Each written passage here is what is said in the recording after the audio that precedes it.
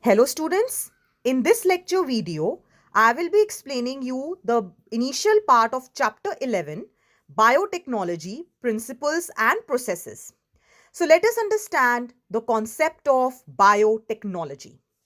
Now according to EFB, that is European Federation of Biotechnology, it refers to integration of natural science and organisms to produce desired product and services. So, such organisms which are modified genetically to obtain a new protein which is commercially important, those are called as genetically modified organisms or GMOs. Now, what are the principles of this technology? There are two main things to be considered here.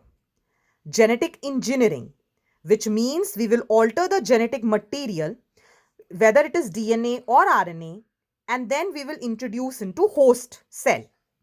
So altering or modifying the genes to obtain our desired product, that will be called as recombinant DNA. And introduction into the host cell for multiplication is called as gene transfer.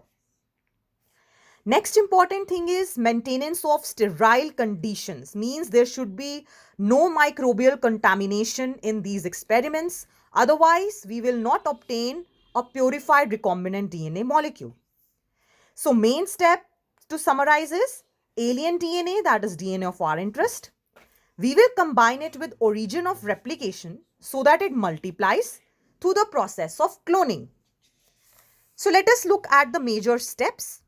Firstly, we will identify DNA with desirable gene.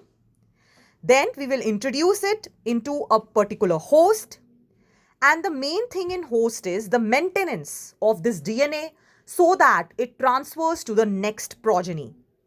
So what all we need for this experiment?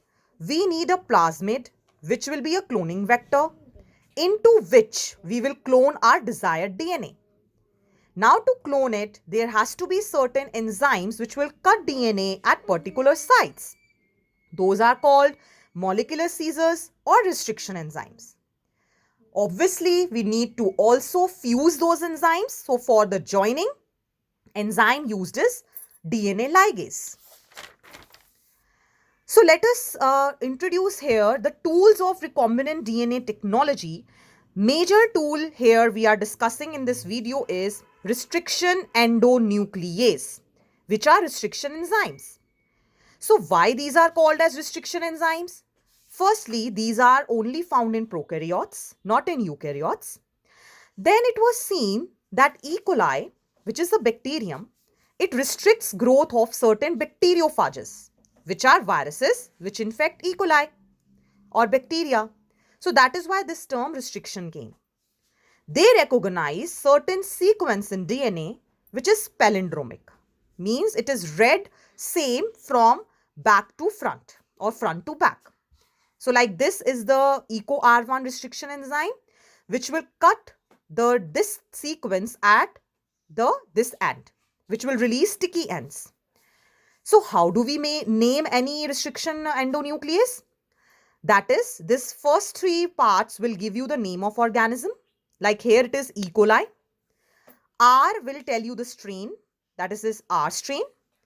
And lastly, it will tell you the number, means suppose this was the first enzyme isolated from E. coli. So it is written EcoR1 in Roman number. So there can be two types of restriction enzymes, exonuclease and endonuclease. Exo will cut at end, releasing blunt end, and endo will cut at this part like inside, releasing sticky ends. So our aim is to cut our DNA of interest and the cloning vector with the same restriction enzyme so that similar sticky ends are produced, which can later on be joined by DNA ligase to produce recombinant DNA molecule.